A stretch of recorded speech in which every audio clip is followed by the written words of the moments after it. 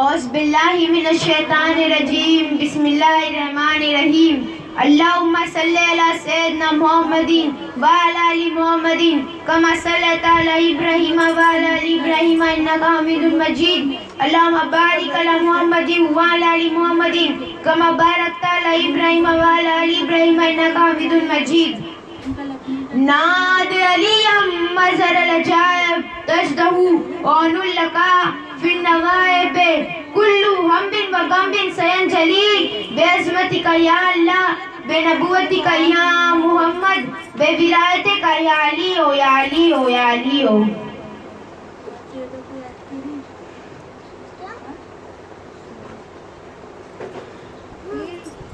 الوداع الوداع یا شہید بے خطا ناز دست نینوا شاہ کربلا. الوداع الوداع یا شہید بے خطا ناز دست نینوا شاہ کربلا. کر قبول بین کا سلام یا حسین قید ہو کے جا رہی ہوں شام یا حسین. دل میں تیری یاد ہے دل میں تیری یاد ہے آسرا سجاد ہے ساتھ ابن سعد ہے میں ہوں بے ودا. الوداع الوداع یا شہید بے خطا ناز دست نینوا شاہ کربلا. ختم ہو گئے سارے آسرے اکبر و عباس میرے نہ رہے. ختم ہو گئے سارے آسرے اکبر و عباس میرے نہ رہے. قاتلوں کی بھیڑ ہے ہماری ہر طرف جانے کو تیار اب قیدیوں کے صف. ابن شاہ ابو تراب ابن شاہ ابو تراب ہو گئی ہوں بے حجام لوٹے آؤ کامیاب دے مجھے دعا. الوداع الوداع یا شہید بے خطا ناز دست نینوا شاہ کربلا. کیا سناؤں درد فقر پنجتن چاہے میں نے لاکھ ہے کیے جتن. کیا سناؤں درد فقر پنجتن چاہے میں نے لاکھ ہے کیے جتن. میری دائیں نے ماں بچا نہیں سکی بھائی تیری لاش پہ میں آ نہیں سکی. آگ تھی خیام تھے آگ تھی خیام تھے جن میں دو امام تھے بچے تشنہ کام تھے آتی کس طرح. الوداع الوداع یا شہید بے خطا ناز دست نینوا شاہ کربلا. اب نہ جائے تیرا بے گناہ لہو جا رہی ہوں اس لیے میں کو بکو. اب نہ جائے تیرا بے گناہ لہو جا رہی ہوں اس لیے میں کو بکو. تاکہ میں بتاؤں گی تو بے مثال ہے تو بقائے دین ہے تو لاجواب ہے. شاہ بے نوا ہے تو شاہ بے نوا ہے تو روح لا الہ ہے تو فقر انبیاء ہے تو ناز کبریاء. الوداع الوداع یا شہید بے خطا ناز دست نینوا شاہ کربلا. میں نہ رکنے دوں گی تیرا غم حسین میں نہ جھکنے دوں گی یہ علم حسین. میں نہ رکنے دوں گی تیرا غم حسین میں نہ جھکنے دوں گی یہ علم حسین. عہد جو کیا ہے وہ نبھا کے جاؤں گی میں حسینیت کو یوں بتا کے جاؤں گی. حشر تک رہے گا تو حشر تک رہے گا تو اس طرح جیے گا تو آ کے خود کہے گا تو بین شکریہ. الوداع الوداع یا شہید بے خطا ناز دست نینوا شاہ کربلا، چھوڑ کر چلا جو دست کربلا، ملکہ یہ حیات قید قافلہ، چھوڑ کر چلا جو دست کربلا، ملکہ حیات قید قافلہ، بولی رو کے شاہ سے یہ دکھ در عمران، تشنہ لب غریب بھائی میں تیرے قربان، دل غموں سے چور ہے، دل غموں سے چور ہے، اور شام دور ہے، جانا بھی ضرور ہے بھائی، الوداع الوداع الوداع یا شہید بے خطا، ناز دست نینوا شاہ کربلا، کر قبول بین کا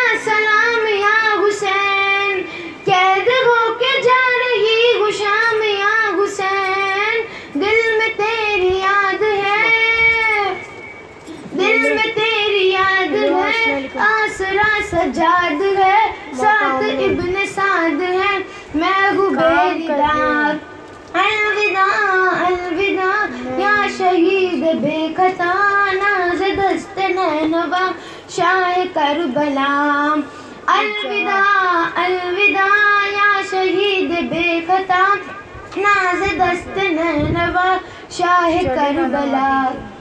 آپ سب درود شریف پڑھیں آپ کے اور آپ کے حال پر۔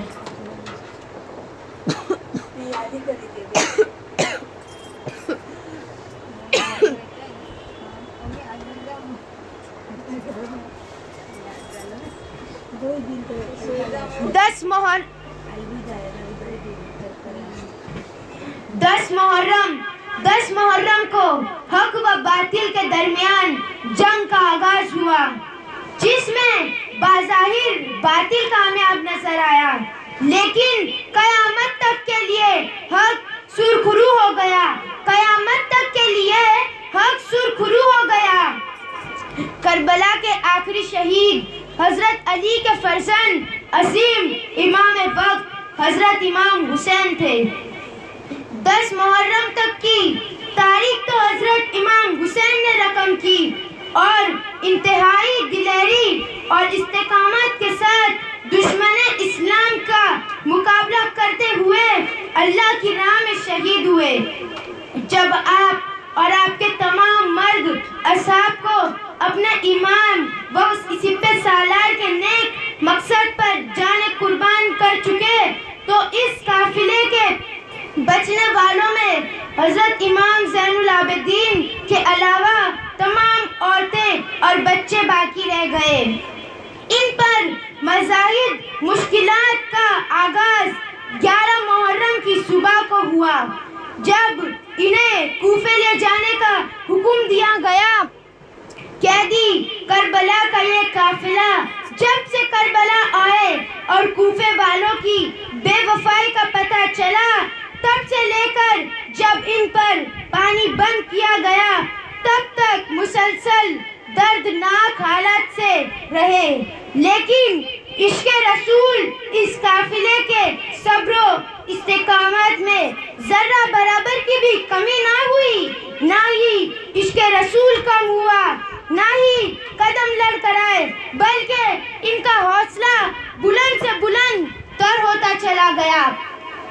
آفرین ہے ان خواتین پر جب ان کے سامنے اپنے بھائی، اپنے شوہر اور اولادوں کو ایک ایک کر کے ان کے سامنے شہید کیا گیا، اور پھر ان کے اجساد کو بے کورہ کفن تپتی صحرا میں چھوڑ کر آنا پڑا، تو انہوں نے مرد کے بعد تمام مصائب کے سامنا کیا۔ ان کو بے پردہ کوفے و شام کی گلیوں میں پھرایا گیا، لیکن مقصد شہادت نہ بھولے، نہ ہی مصیبت سے بچنے کے لیے یزید لعنتی کے سامنے سر جھکایا۔ بلند ہوا ان شہزادیوں اور کنیزوں کا مقام جنہوں نے انتہائی ہمت و دلیری کے ساتھ مقصد حسین کو زندہ رکھا۔ مضمون کا آغاز کرنے سے پہلے ایک بہت اہم سوال کا جواب دینا نہایت ضروری ہے۔ اکثر لوگ یہ سوال کرتے ہیں کہ اگر حضرت امام حسین جانتے تھے کہ کربلا میں شہید کر دیے جائیں گے تو آپ نے اپنے ساتھ عورتوں اور بچوں کو کیوں لے کر گئے؟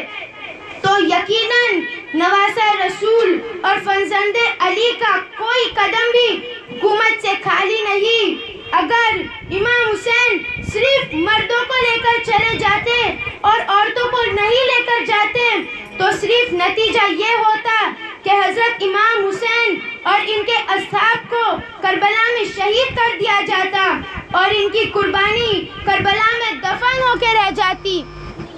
مقصد امام حسین دنیا تک نہ پہنچا پاتے، بلکہ کربلا میں مقید حجتوں جس کا مقصد کے لیے قربانی دی گئی وہ مقصد ہی نہیں رہتا اور لوگ اسے اختیار کی جنگ ہی سمجھتے رہتے۔ اگر میدان کربلا میں حضرت امام حسین کی شہادت کا اصل مقصد آج زندہ ہے تو ان عورتوں اور بچوں کی تفصیل جنہوں نے کربلا، کوفہ و دمشق تک بلکہ ہر ممکن پر ہر مقام پر صبر و استقامت کا مظاہرہ کیا اور سیدہ زینب نے ہر مقام پر اپنی تقریروں کے ذریعے بے حد اپنے بڑے غرور والے اندازے میں عام لوگوں کے سامنے مقصد حسین وضع کیا۔ آپ سب درود شریف پڑھیں، آپ کے اور آپ کے اندر۔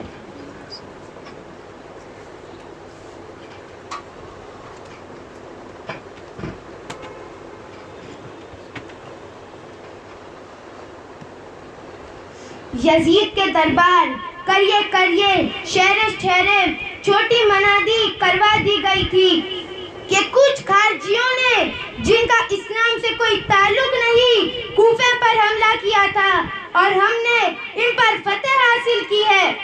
ان کے تمام مرد کو مار دیا گیا اور ان کے گھر والوں کو شہر کی گلیوں کوچوں میں نشین عبرت بنا کر پھرایا جائے گا۔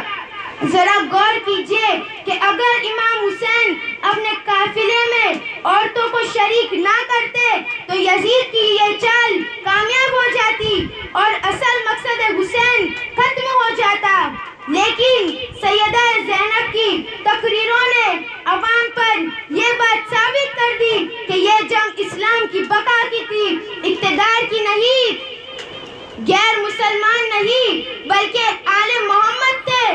اس کو سیدہ زینب کی سروری میں باقی تمام خواتین نے بخوبی آگے بڑھ کے یہ کہا جائے، اسلام زندہ ہے امام حسین کی قربانی اور شہادت کی بنا پر، تو نام حسین زندہ ہے سیدہ کی قربانی اور تقریر کے بنا پر۔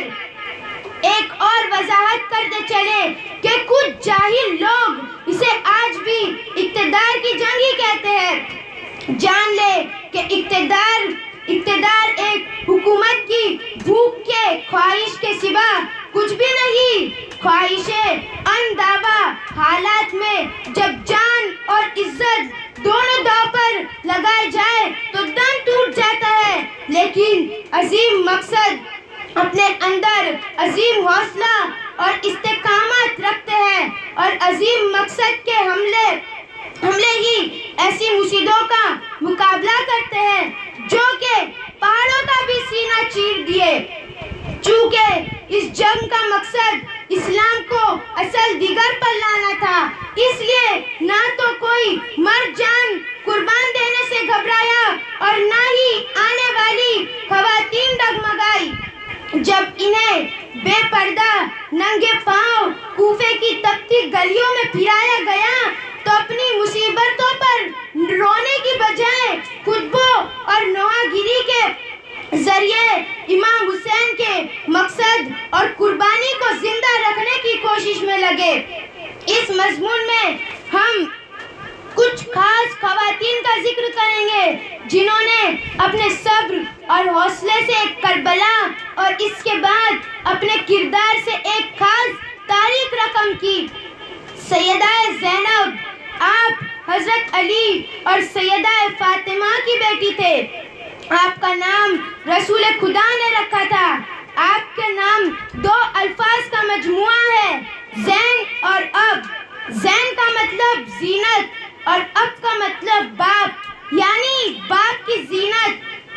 آپ شکل و صورت میں حضرت علی سے ہم شبیہ تھے. آپ اسلام انسانیت کی تاریخ کا روشن ستارہ ہے. حضرت زینب ایک بلند مقام سے جنگ دیکھ رہے تھے جو آج بھی طلائع زینبیہ کے نام سے مشہور ہے. جب حضرت امام حسین کو شہید کر دیا گیا تو حضرت زینب نے حضرت زین العابدین اور باقی تمام عورتوں اور بچوں کو ایک جگہ اکٹھا کر دیا.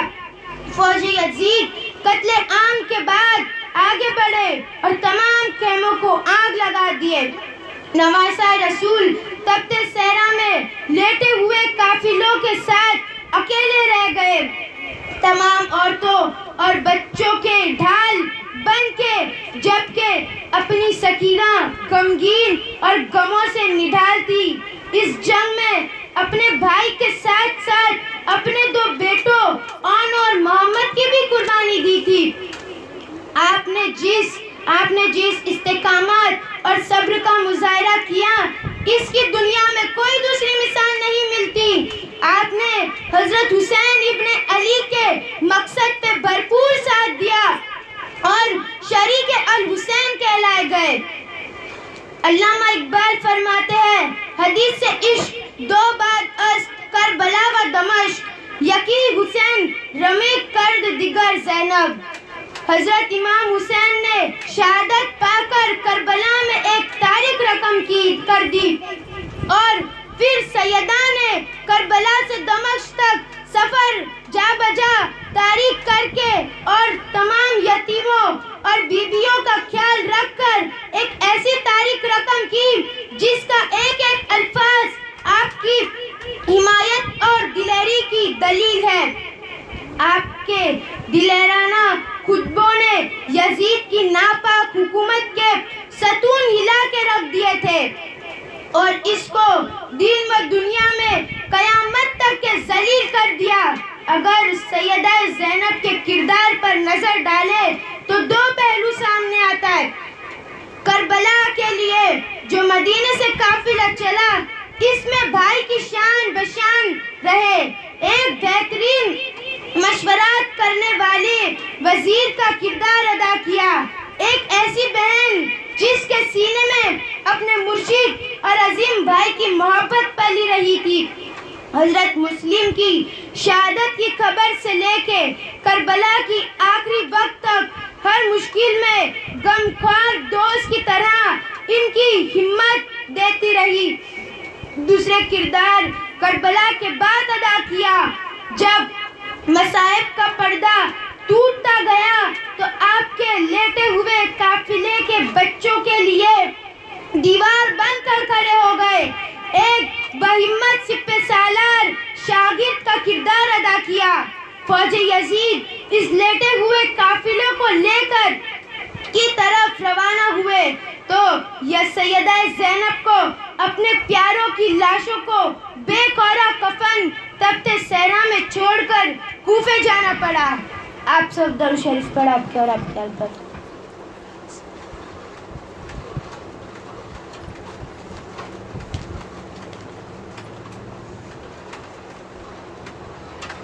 کربلا سے کوفے کا سفر 56 میل کا ہے.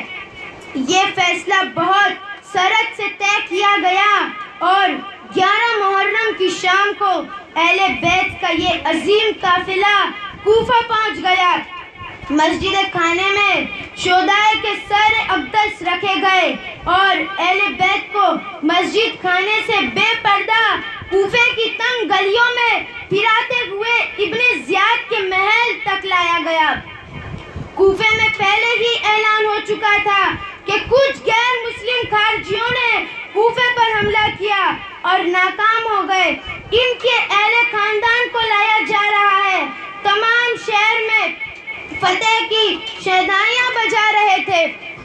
جب سیدہ زینب محل میں تشریف لائے تو ابن زیاد نے کہا، غور سے سن، سیدہ زینب نے اس بات کو اختیار میں نہ لاتے ہوئے کچھ ہی دیر میں اذان شروع ہوئی۔ جب شہدائیاں بجنی بند ہو گئی تو سیدہ زینب نے فرمایا، غور سے سن اس اذان کو، اس میں تیری نہیں میرے بھائی کی آب و ہوا اجداد کا ذکر ہے۔ تیری یہ شہدائیاں ان قریب بند ہو جائیں گی اور یہ اذان ہمیشہ یوں ہی سنوائی جائیں گی۔ ابن زیاد نے کہا، خود نے تمہارے دعوے کو اشکار کیا۔ تب شہزادی زینب کی، جن کی آواز کسی غیر مرد نے کبھی نہ سنی ہوں گی، آپ خاص رباب اور دبدبے لہجے میں ایک تقریر ارشاد فرمائے، شکر ہے خدا کا جس نے ہم کو بزرگی اور کرامات عطا فرمائی، اپنے نبی محمد مصطفیٰ صلی اللہ علیہ وسلم کی وجہ سے پاک کیا، اور ان قریب فاسق اور ذلیل اور رسوا ہوں گے۔ میں نے خدا کی جانب سے ان کے سوا کوئی چیز نہیں دیکھی۔ ہم اہل بیت کے لیے اللہ نے شہادت مقام فرمایا، وہ اللہ کی راہ میں شہید ہو گئے۔ اس دن کے لیے تیار ہو جا، تو عارضی حکومت کے نشے میں چور ہے، دنیا ختم ہونے والی چیز ہے۔ شہزادی زینب نے کسی کی تقریر کے بعد کوفیوں پر قافلوں کی حقیقت کھلی تو ابن زیاد کو بغاوت کا خوف محسوس ہونے لگا، اور اس نے جتنا جلدی ہو سکے اس قافلے کو دمشق تک کی سفر روانہ کر دیا۔ ہر جگہ سیدہ زینب نے تقریر کی، کبھی اہل بیت کی ہمت بڑھانے کے لیے تو کبھی عوام الناس کے خام واقعہ کربلا کی حقیقت سے آگاہ کرنے کے لیے۔ 18 دن کی مسافت کے بعد یہ قافلہ دمشق تک تو پہنچا نہیں، لیکن ایک زندان میں قید کر دیا گیا۔ اگلے دن اس قافلے کو شہر کی گلیوں میں بے پردہ گھماتے ہوئے یزید کے محل باہر لا کر کھڑا کر دیا گیا۔ اہل بیت کے ساتھ 17 اذانیں محل کے باہر سنائی دی گئی۔ چھوٹی کامیابی کا جشن کے لیے محل کو آراستہ کیا جا رہا تھا۔ جب سیدہ محل میں داخل ہوئی تو آپ کی چال ڈھال میں اور چہرے مبارک پر ایک خاص رباب تھا۔ آپ نے یزید کو قطرہ نہ کرتے ہوئے ایک کونے کا رخ کیا اور ایک طرف ہو کر بیٹھ گئے۔ جب یزید نے کہا کہ اللہ نے ہمیں تمہارے مقابلے میں عزت و کامیابی عطا کی ہے، تو شہزادی زینب نے ایک تقریر ساز خطبہ دیا جس نے محل کی دیوار کو ہلا کر رکھ دیا۔ حمد و ثنا کے بعد آپ نے فرمایا، اے یزید، گردش افلاک اور میں نے مجھے تجھ سے مقابلہ ہونے پر مجبور کر دیا ہے۔ یاد رکھ، رب العزت ہمیں زیادہ عرصے تک اس حال میں نہیں رکھے گا، نہ ہی ہمارے مقدس کو جایا کرے گا۔ تو نے ہمیں نہیں اپنے آپ کو نقصان پہنچایا ہے کہ تیرے آدمیوں نے نواسہ رسول کے بھائیوں فرزندوں کو نہایتی بے دردی سے ذبح کیا اور پردہ نشین خواتین کے اہل بیت کو بے پردہ کیا۔ ہم ان قریب اپنے نانا محمد مصطفیٰ صلی اللہ علیہ وسلم کی خدمت میں حاضر ہو کر تیری مظاہر کا ذکر کریں گے۔ وہ شہیدوں کے چہروں کے خون اور جسموں کے خاکے شفا جائیں گی۔ وہ عدالِ حقیقت نبی کی اولاد اور ان کے ساتھیوں کو قتل کرنے والوں سے ضرور بدلہ لیا جائے گا۔ وہی ہماری امت ہے۔ اے یزید، تو اپنی پوری لڑائی سارے مکرور فریب کر دے، اپنی ساری سخت ہمارے دشمن میں جھونک دے، مگر یاد رکھنا، خدا کی قسم، تو ہمارا ذکر کبھی نہیں مٹا سکے گا۔ سیدہ زینب کا خطبہ سن کر یزید سختی میں آ گیا اور اس کو خطرہ ہوا کہیں لوگ خاندان رسالت کی حمایت میں میرے خلاف اٹھ کر نہ کھڑے ہو جائے۔ اس نے قافلے کو فوراً مدینے واپس بھجوایا۔ حضرت نعمان ابن بشیر انصاری کے ظاہر حفاظت قافلے اہل بیت کو مدینہ روانہ کیا۔ واپس آ کر جب سیدہ زینب حضور اکرم کی قبر مبارک پر تشریف لائے تو یہ الفاظ زبان مبارک پر جاری ہوا: اے میرے مقدس نانا جان، میں آپ کی فرزندی اپنے بھائی حسین کی شہادت کی خبر لے کے آئی ہوں۔ آپ کی اولادوں کو رسیوں سے باندھ کر بے پردہ کوفے اور دمشق کی گلیوں میں پھرایا گیا۔ پھر آپ اپنے والدہ محترم حضرت بی بی فاطمہ کی قبر مبارک پر تشریف لائے۔ کربلا کا تمام واقعہ ایسا دردناک الفاظ میں بیان کیا اور اتنی گریہ مزاری کی کہ پتھروں کا بھی کلیجہ چھلنی ہو جائے۔ بے پناہ مصائب نے شہزادی زینب کے دل و کلیجے کے ٹکڑے ٹکڑے کر دیے تھے۔ مدینہ منورہ پہنچنے کے تھوڑے ہی عرصے بعد ہی 62 ہجری میں انہوں نے اپنی جان آفرین کو سونپ کر دی اور یوں یتیم اہل بیت کی سرپرستی، شہدائے کربلا کی یادگار اور دشمنوں کو عذاب خدا سے ڈروانے والی بے مثال خودی اپنے محبوب اور مظلوم بھائی سے جنت الفردوس میں جا ملی۔ آپ سب درود شریف پڑھ آپ کے اور آپ کے پر۔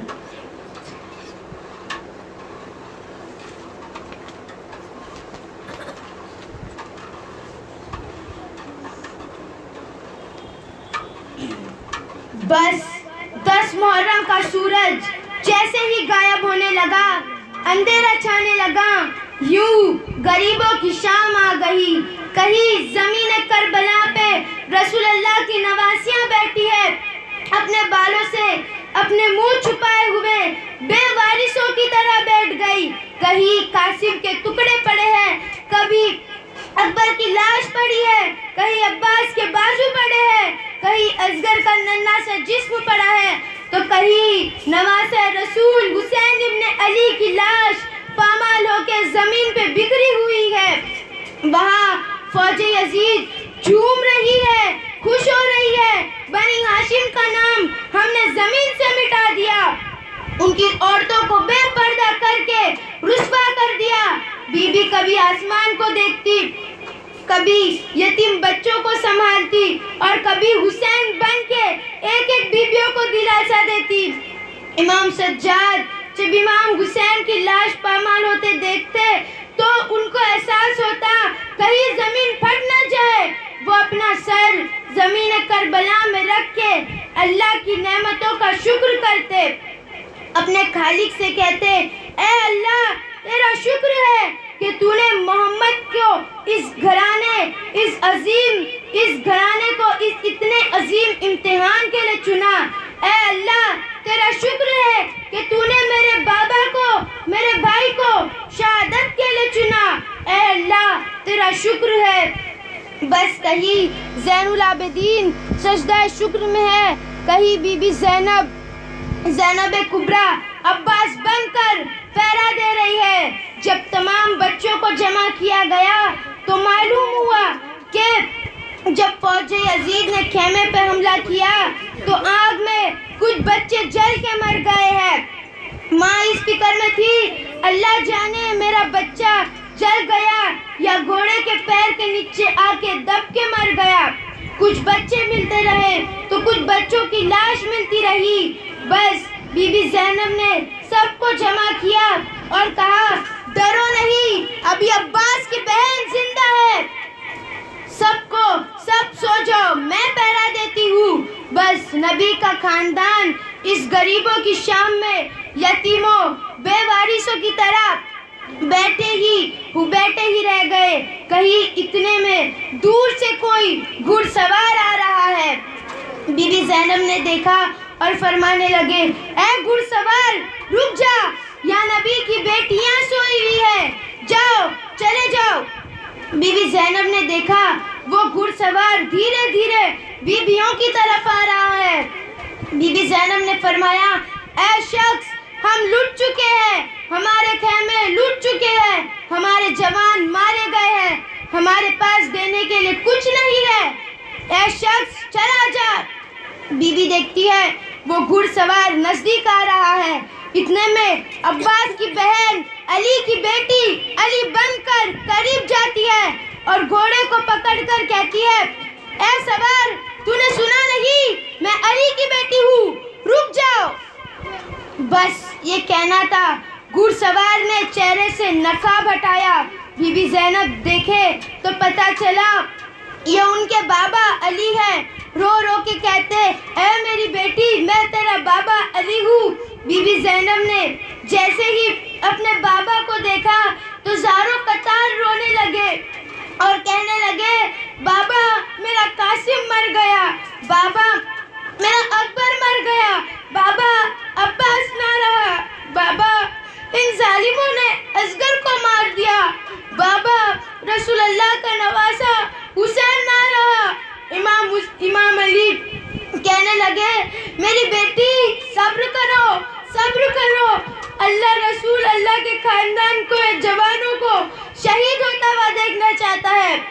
اللہ یہ چاہتا ہے کہ رسول اللہ کی بیٹیوں کو قیدی بنا کے بازاروں میں پھرایا جائے، ایک طرف ظلم کی انتہا ہو اور دوسری طرف رسول کے کھمبے کے صبر کی انتہا ہو۔ ہم کو ایسی قربانی دینی ہے کہ قیامت تک کوئی یزید یہ نہ کہہ سکے تمہارا نانا جھوٹا ہے، اسلام جھوٹا ہے۔ سب کچھ قربان کر کے ہمیں بتانا ہے اسلام اللہ کا دین ہے، تمہارا نانا اللہ کا رسول ہے، انہوں نے جو کہا وہ سب اللہ کا کلام ہے۔ سر حسین جب نوکے سینا پہ آیا تو اللہ کی حمد و ثنا کرنے لگا، اللہ کا شکر کرنے لگا۔ امام حسین کے کٹے ہوئے سر کے سب دیکھ رہے ہیں کہ ان کی بہنوں بیٹیوں کے سر سے چادروں کو لوٹا جا رہا ہے، ان کے خیموں کو جلایا جا رہا ہے۔ وہ اللہ کو گواہ بنا کے اللہ کی مرضی میں راضی ہے اور پھر رسول کی نواسیوں کو قیدی بنا کے امام حسین کے کٹے ہوئے سر کے ساتھ کوفے و شام کی طرف لے جایا گیا، کیونکہ یزید کا یہ حکم تھا کہ سر حسین کاٹ کے میرے پاس لے کے آؤ۔ رسول اللہ کی نواسیوں کو قید کر کے جنجیروں میں جکڑ کے ان کو پتھر مارتے ہوئے اس طرح محل تک پہنچاؤ کہ لوگوں کے دل میں میرا دبدبا قائم رہے۔ تاریخ نے لکھا ہے رسول اللہ کے خاندان کے چھوٹے بچے اونٹوں سے باندھے گئے اور یوں یہ قافلہ چلتا رہا۔ ایک جگہ اچانک سر حسین رک گیا۔ لوگوں نے بہت کوشش کی کہ امام حسین کا سر آگے بڑھائے، لیکن وہ نیزہ جس پہ امام حسین کا سر تھا وہ نہیں ہلا، وہ ایک جگہ قائم ہو گیا۔ شمر نے امام سجاد سے پوچھا کہ تمہارے بابا کا سر آگے کیوں نہیں بڑھا؟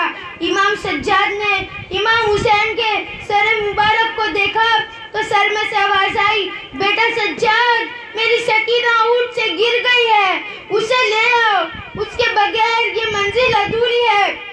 جو رسول اللہ کے خاندان کے چھوٹے چھوٹے بچوں کو اونٹوں سے باندھا گیا، ان میں سے جو بچے اونٹ سے گرتے وہ اونٹوں کے گھوڑوں کے پاؤں میں پامال ہو کے شہید ہو جاتے۔ آج بھی ان شہیدوں کی قبر کوفے و شام کے راستوں میں بنی ہوئی ہے۔ یہ قافلہ چل ہی رہا تھا، اتنے میں بارش ہو گئی۔ فوج یزید کو دور گرجا گھر نظر آیا۔ وہ قریب گئے اور کہنے لگے، ہم وقت کے حکیم کے فوج ہیں، ہمیں ایک رات یہاں آرام کرنے دو۔ اس چرچ کے پادری قافلے کو دیکھ کے کہ بے پردہ بیبیاں ہیں، ایک نورانی چہرہ والا قیدی ہے، بیبیوں کے ساتھ جنجیروں میں جکڑے ہوئے ہیں اور تمام سر نو کے نیزہ پہ سوار ہے۔ وہ سروں پہ نظر گھماتے رہے، کبھی جون کا سر دیکھتے، کبھی حور کا سر دیکھتے، کبھی قاسم کا سر دیکھتے، کبھی علی اکبر کا سر دیکھتے۔ جب اس پادری کی نگاہ علی اصغر کے چھوٹے سر پر پڑی، وہ چیخ اٹھا، اور کہنے لگا اے لوگوں یہ تو کچھ ماں کا بچہ ہے, اس نے کیا جرم کیا ہوگا؟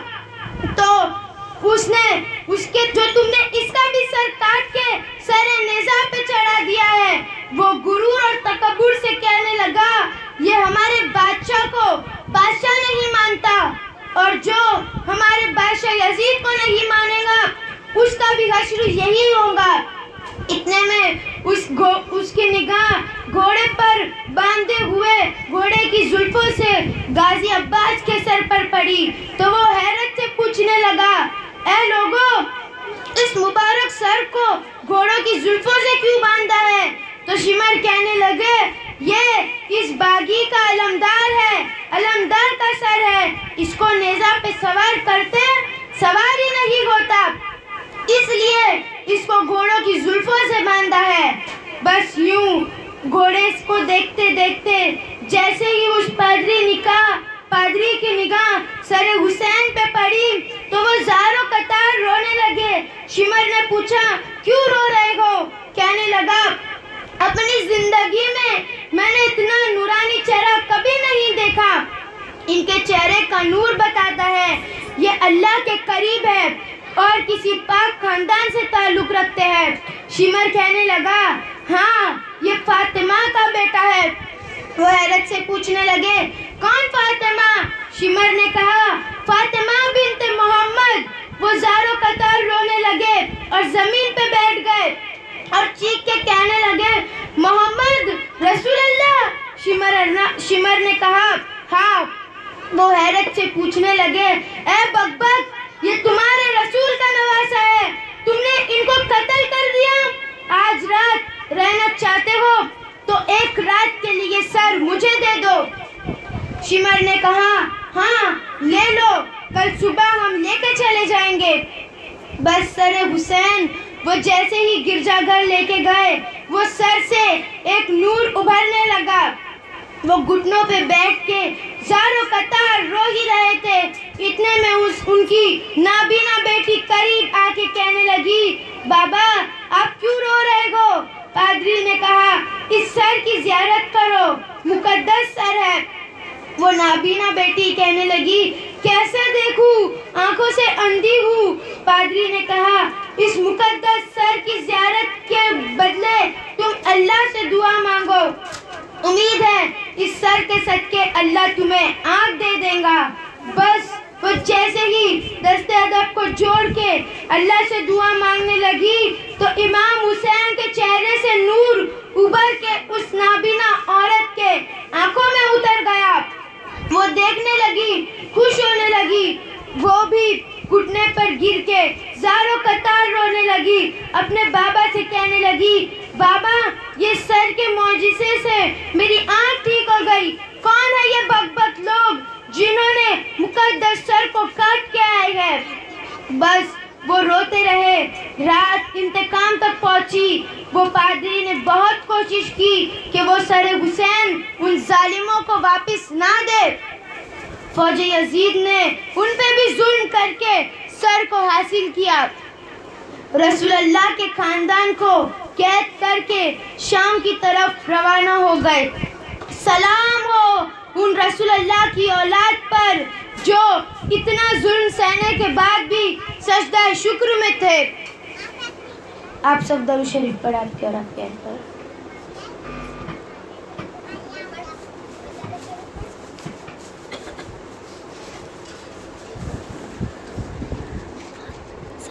سلام نکالو, ابھی نہیں بعد میں. فاطمہ زہرا کا برق کو لکھو, بولو نکالیں گے. کیا ان کو بولو سلام نکالنے. جب فوج یزید امام سجاد کے پاس پہنچے اور چاہا رسول اللہ کے اس چراغ کو بھی بجھا دوں تو بی بی زینب نے ان ظالموں سے آ کے کہے اے لوگوں یہ رسول اللہ کے گھر کا آخری چراغ ہے, اگر اس کو بجھانا چاہتے ہو تو اس سے پہلے ہم بیویوں کو بھی شہید کر دو. یزید کی فوجوں نے جب امام سجاد کو ہاتھ لگایا تو ان کا جسم بخار سے گرم تھا.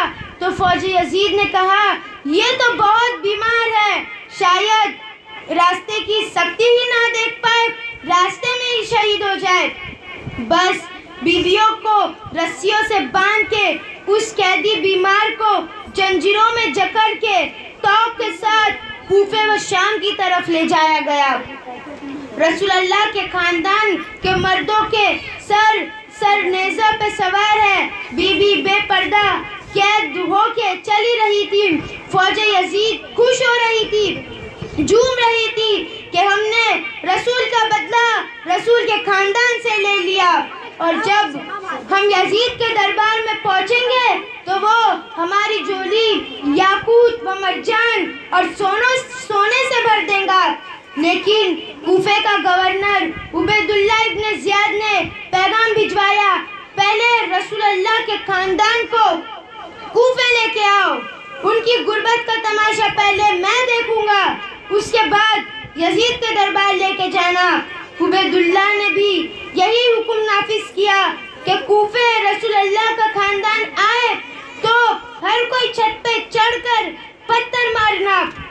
بس کوفے کی گلیوں سے رسول کا خاندان گزرتا رہا, کوئی توہین کرتا رہا, کوئی باغی کہتا رہا, کہیں سے کوئی بے پردہ بیویوں کا تماشا دیکھتا رہا. بی بی زینب اور ام کلثوم اپنے نانا کی امت کو دیکھ کے صبر کرتی رہی. بس جیسے ہی دربار پہنچتے تو ابن زیاد نے کہا, شمر, رسول اللہ کے خاندان کے ایک مرد سجاد کو کیوں چھوڑا ہے, اس کو قتل کیوں نہیں کیا؟ شمر ہنس ہنس کے کہنے لگا, ان بنی ہاشم میں کوئی تو ہو جو اپنے مرد اور عورتوں کا تماشا دیکھے. ابن زیاد بھی زور زور سے ہنسنے لگا. اتنے میں بی بی زینب فرماتی ہے, اے ظالم, اللہ کے انصاف سے ڈرو, ہم اس کی رسول اللہ کی اولاد ہیں جنہوں نے اللہ کے حکم کے بغیر اپنی زبان کو حرارت نہ دی. تمام فوج یزید کو دیکھ کے بی بی زینب فرمانے لگے, ہاں, میں اسی علی کی بیٹی ہوں جس کے ذوالفقار سے اسلام کو ہمیشہ فتح کامیابی ملی ہے. اے لوگو, میرا بھائی حسین رسول اللہ کا نواسہ تھا اور پوری زندگی اسلام کی تبلیغ کرتا رہا, لوگوں کو امن اور محبت کا پیغام دیتا رہا. کیا قصور تھا میرے بھائی کا, بتاؤ, روز محشر کیا منہ دکھاؤں گے جب اللہ کے محبوب کے سامنے پیش کیے جاؤں گے؟